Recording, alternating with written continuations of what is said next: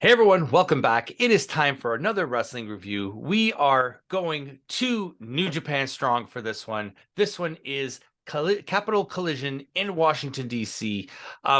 This was a New Japan Strong, and right off the bat, I could tell this was going to be hard to get through because the commentary team was not the greatest.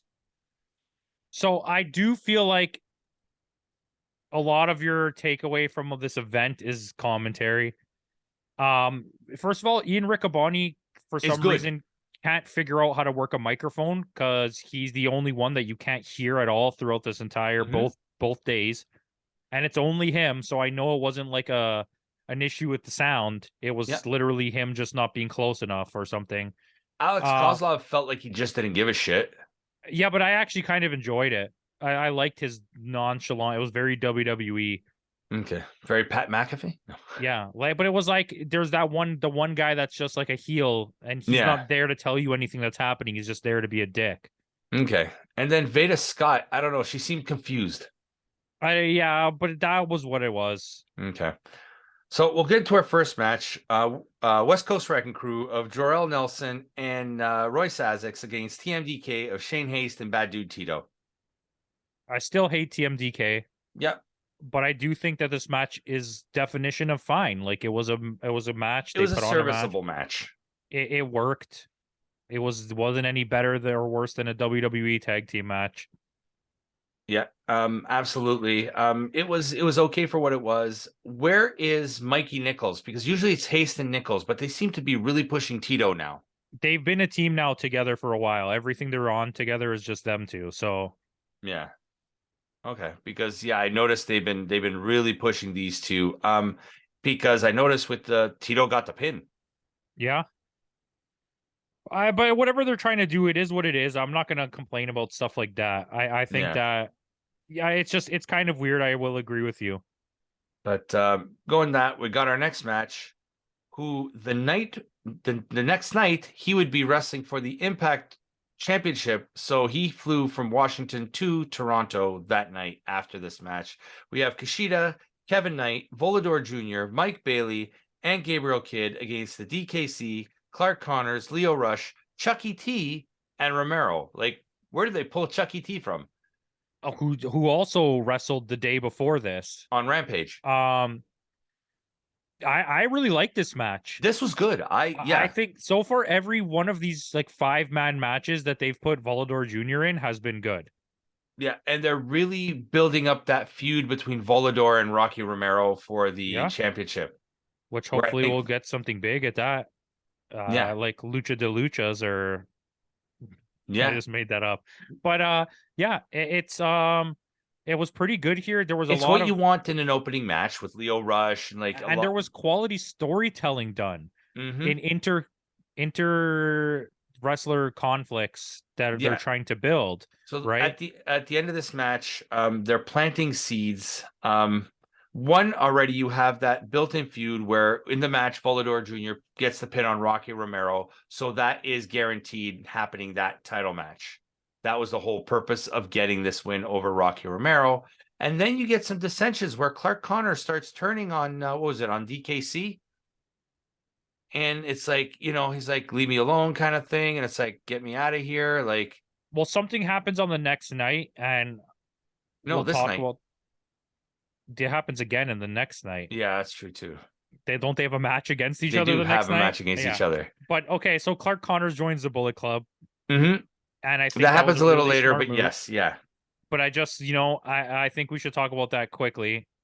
And I think this whole thing that's It's a good happening move for Clark with Connors. DKC is because they're doing that frustration situation where they're like, you can either join us or you can keep like or you could stay being a loser or you can join us and be a winner. Yeah, Because I think they're looking for new white guys to pull. You know what I mean? That are part of Japan. yeah. And Clark Connors has a high ceiling on him.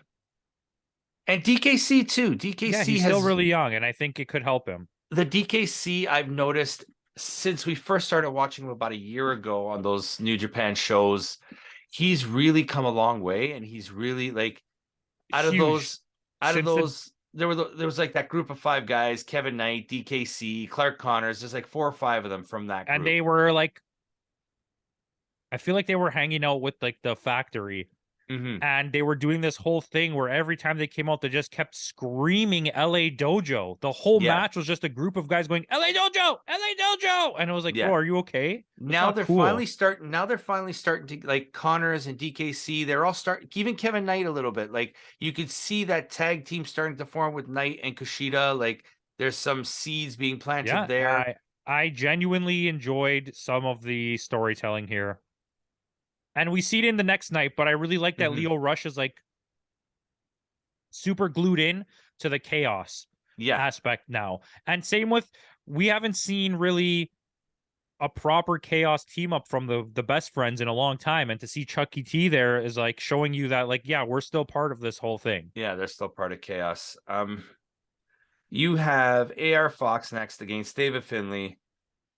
This is where, for me, things started to feel, where it kind of started to fall apart, because every match here just felt like a random match. Like, you know how the typical New Japan booking goes, you get your first 4 or 5 matches, right? And then you get your next 4 or 5 matches that are the meat of the matches. You know But what I this is mean? strong booking. Yeah, but we've seen better strong booking than this. And I don't know, man. When I this is the thing. I kind of agree with what you're saying, but at the same time, it's one of those situations where it used to be like for me when I started watching Dynamite, where I don't even know these wrestlers, but we're gonna put up the guy you watched last week who did like 75, 40, 90, 20 backflips against this guy who's a really good wrestler named Jay White. Well, I know it's David Finley, but Yeah. you're like, okay. And then they put them in this match, and I was like, okay, AR Fox versus David Finley, let's go. And the match was really good. And I was like, okay, Yeah. I don't care that it's two You know random what? You're guys. starting you're starting to convince me a little bit now. I might have to change my score. I think you went into this too much looking for New Japan storyline telling and ended up Yeah, getting just New Japan. American style booking Yeah. where it's just like, here's two But random guys that are we'll good. we'll figure it out at the end. But I mean, it's you feel how you feel. yeah. Um and then you have David Finley going over. Obviously, that was the obvious choice on it. But even though AR Fox put on a good performance, Finley goes over. You have to book Finley strong, And obviously. he beat him up. Yeah. And then Connors comes out and he's introduced as the new member of the Bullet Club. That's when he's introduced as the new member. And right Like I when I said, saw him in those black pants with the ponytail, I was like, "Oh, this guy already knows what to do." I was like, "This is it." yeah.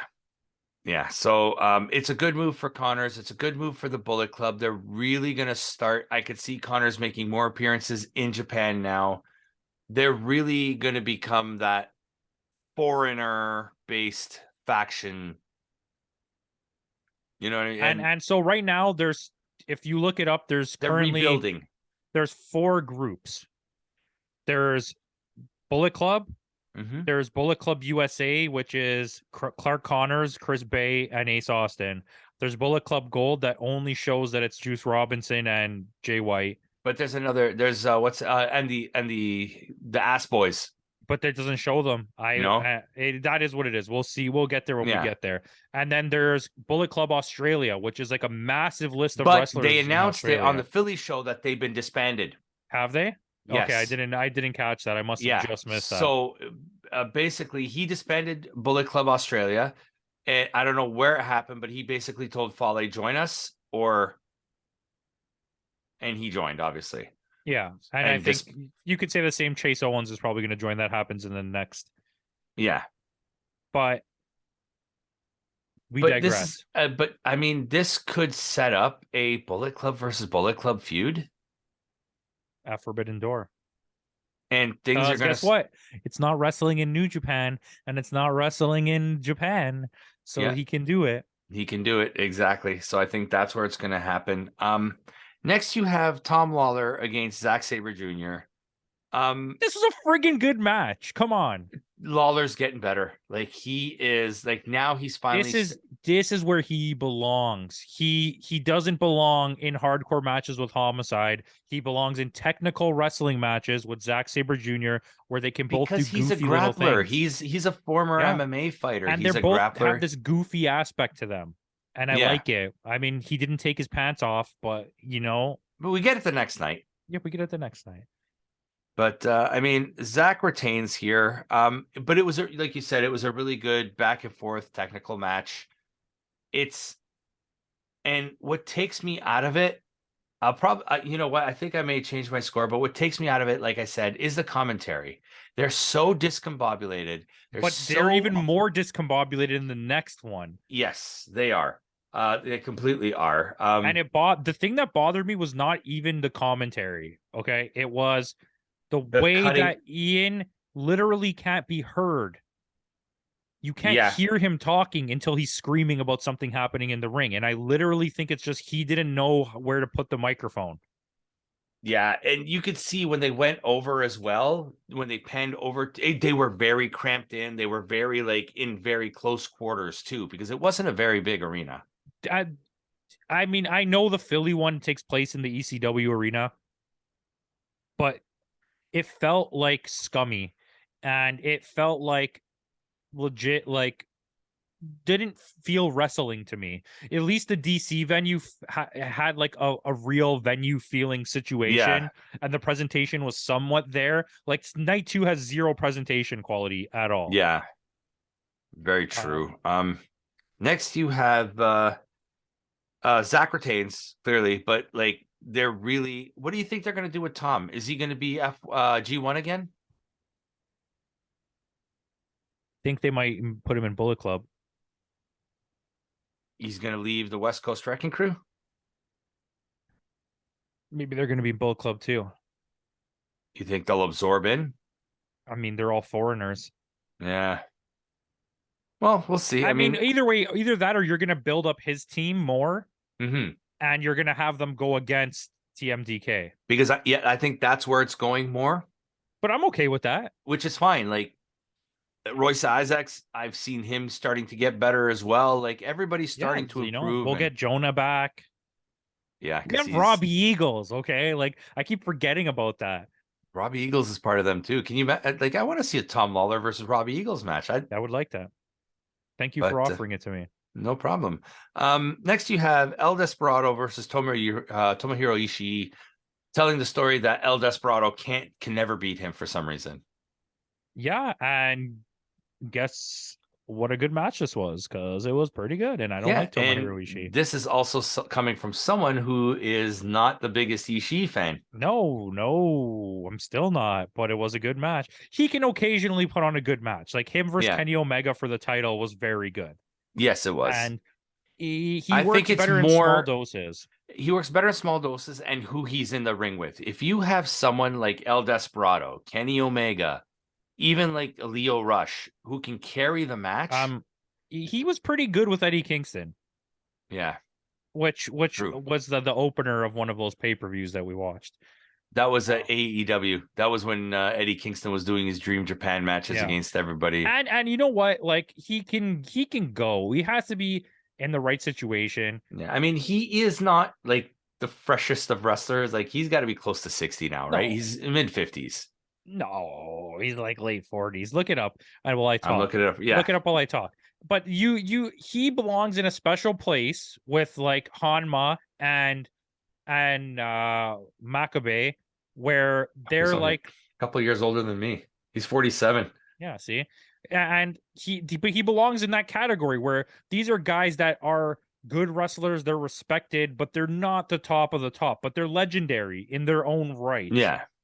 Do you know what I mean? Like, Kind of like when someone like a honky tonk man comes back or something. yeah, Like or they're it's kind of not like Eddie top of the Kingston, yeah, not right? a top of the card, but like you know the You name. have a place. Like Yeah. he'll go down in history as everyone will know who Eddie Kingston was, but he's not Everybody gonna. knows the Stone Pitbull, right? Yeah, because he's never said a word. We don't know what he sounds like. I imagine that he goes, "Hey guys, it's Paul." Like Mike Tyson. Yeah, but And he better. speaks perfect English, Shishi. Oh I yeah, bet for you. sure. Well, eloquently. Quite eloquently, sir. Pardon me, but do you have any Grey Poupon? Yeah, that would be nice. That would be hilarious. Next you have a match that never gets started. Fred Rosser versus Juice Robinson. This was to determine no, it was just a grudge match, wasn't it? Yeah, I don't. This is the one for me where I was like, Confused? because I was excited for this match. What? It never happened. It But was it all kind of made Juice look really badass. yeah. Except for when he kept trying to pull the quarters out of his pocket and he couldn't get them It out. looked like he was playing with himself. Yeah. But yeah, Rock But Hard Club. the whole thing was built around Fred Rosser calling out Tony Storm, Yeah, having well, a seat for her he at the. he got really personal about stuff. Mhm. And you know what? It made Juice look really good. And Yeah. it didn't make Fred Rosser look bad. And coming from someone who's seen Fred Rosser in the WWE as Darren Young, people forget that this guy was Darren Young, who What a was bad name. tag team partnered with Titus O'Neil as the primetime players. Oh my god. They The were this Funkasaurus? no, Titus O'Neil, the Oh guy yeah, that slid Titus under the. O'Neil. Yeah.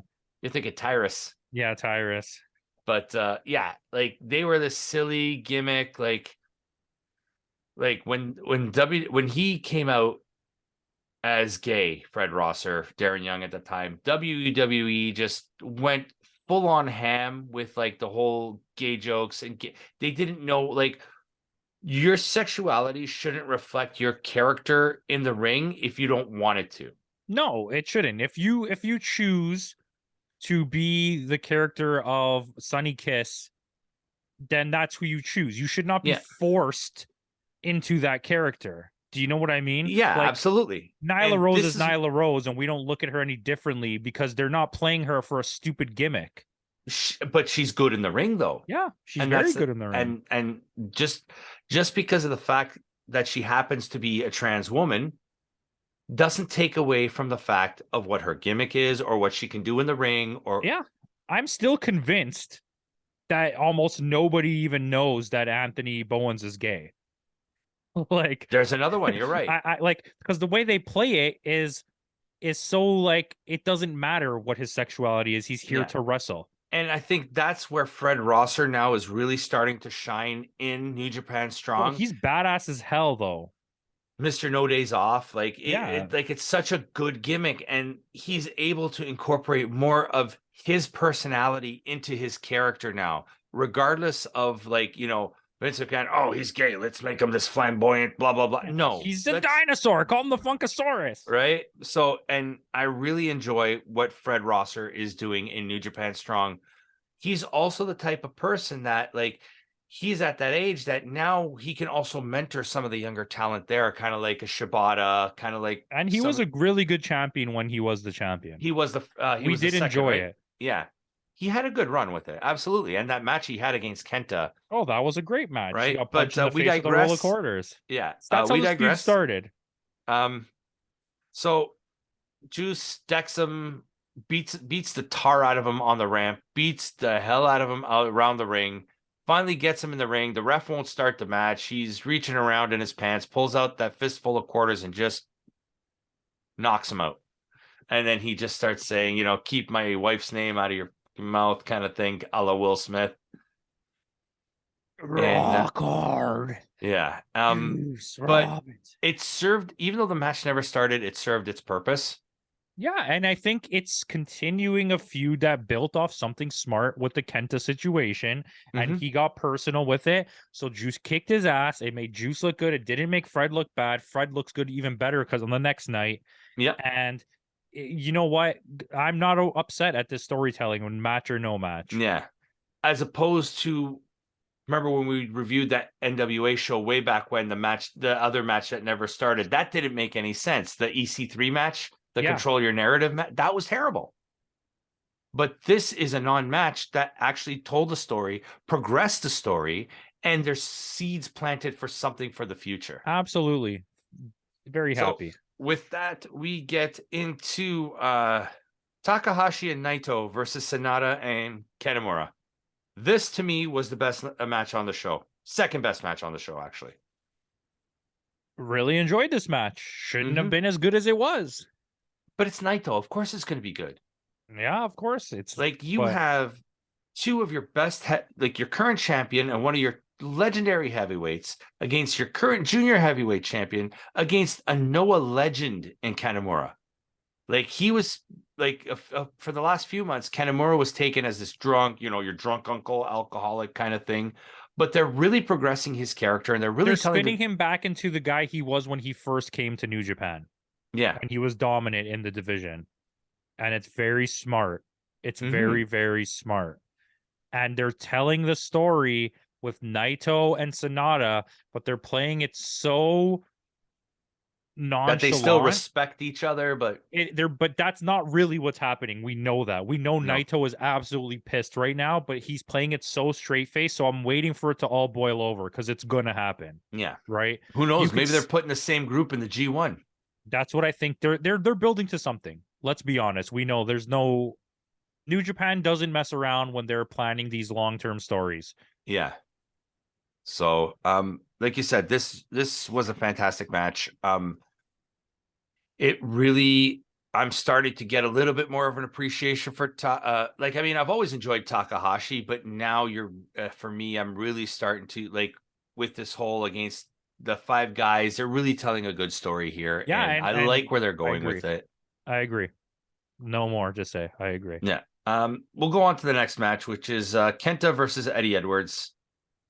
Once again, Eddie Edwards putting on a performance he had no business doing, and he had to But wrestle the next night against PCO in a really mhm. crazy match that But they these were had. both crazy, Matt. This match was crazy too. He took some vicious chops from Kenta. Kenta is a monster, and we talk about this all the time, so it sounds like a broken record, but like I can't stress enough that he's very close to legendary status at this point as far as Japanese wrestlers go. I think he's there. I Like think he's there. he's a really special wrestler and he still has it. He's what, 40 now, and Yeah. he has zero signs of slowing down. Same with Sonata, but like I'm waiting. Sonata, I think, is a bit younger though. Not by much though. But we're either way. Yeah. We both were. These are two wrestlers that since I came back to wrestling, that we both were like they need to get that shine. They're both champions right now, and they Mm-hmm. both look great. And I love the storytelling they're both getting. So Yeah. congratulations.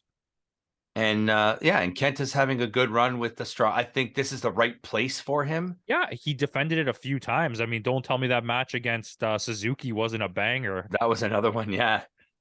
But like you said, this was a match that at one point, did you see Kenta's chest?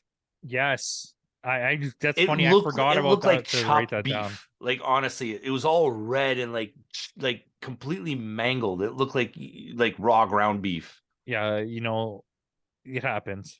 Yeah, but this is Eddie Edwards also given the opportunity. You know what? You're going to be in a wrestling match. Let's see you have a wrestling match. Yeah, good. This is what I And want. No more of his stupid Dijak Club or whatever the hell is yeah, honor no Honor No more. More. Like Just have him go out and be a badass. That's Eddie yeah, Edwards. have him be the Boston guy that street fights everybody, and that's what I The want. fighting Irish. That's what he is, right? And I like this transition for him. And we get Kenta with the win. GTS, Kenta goes over after Kenta wins. We get a little blackout, and up pops Hikuleo on the screen, and Hikuleo says, I'm going to accept your challenge on one condition: you put the belt on the line. Do we see a change in championships here, or not just yet? Build up. I honestly don't be surprised if you get another Juice Robinson fistful of quarters or something like that happens. Dick Togo's under the ring. Maybe Chase Owens, Maybe or Gato, because Gato and Jato's with yeah, them. yes. Because yeah, I think they're gonna fully bring back Gorillas of Destiny, and it's gonna be the four of them: Jato, Hikuleo, Tama, Tamatanga and Tamaloa. Tongaloa. Yeah, Because we are getting a setup, which we saw a few nights earlier, of Tonga versus David Finlay. I think that's where Tonga's going to lose the belt. and I think they're setting up a feud of renewing the feud of Bullet Club and Gorillas of Destiny, and I think it's smart. Yeah. We people want to knock them on long-term storytelling. I know nobody saw the Sonata No. leaving LIJ coming. We were the only one. For a we fact, were the only ones that, yeah. No one believed he was winning the title except us. You swerved on all of us with that. Yeah. Who the hell in the trajectory of where Sonata's career has been going for the last 2 years thought that Sonata was going to be on his own winning a title. Yeah. The Yeah. title. Yeah, the main title. And like we said, when we first started doing these reviews and started getting back into, like, for you, especially getting back into wrestling and into New Japan Wrestling, the three names that you mentioned were Sonata, Kenta, and what's his name? I'm not gonna help you. You got to figure it out on your own. Yeah. But they all needed a bit of shine, like you said. And And we're just shining everybody nowadays. yeah. Now it's time So to give Naito a goddamn title. yeah, absolutely. But yeah, so all of them It now was have Goto. Goto. No, it was not Goto. Yeah, wasn't it Goto? Isn't that what I No, said? no. It was Pretty sure. Sonata and somebody else. But whatever. Point Anyway, is, we digress. I digress. So next we go into our main event: the Motor City Machine Guns against Aussie Open. What a match! Sorry, What a stupid match this was. like stupid good.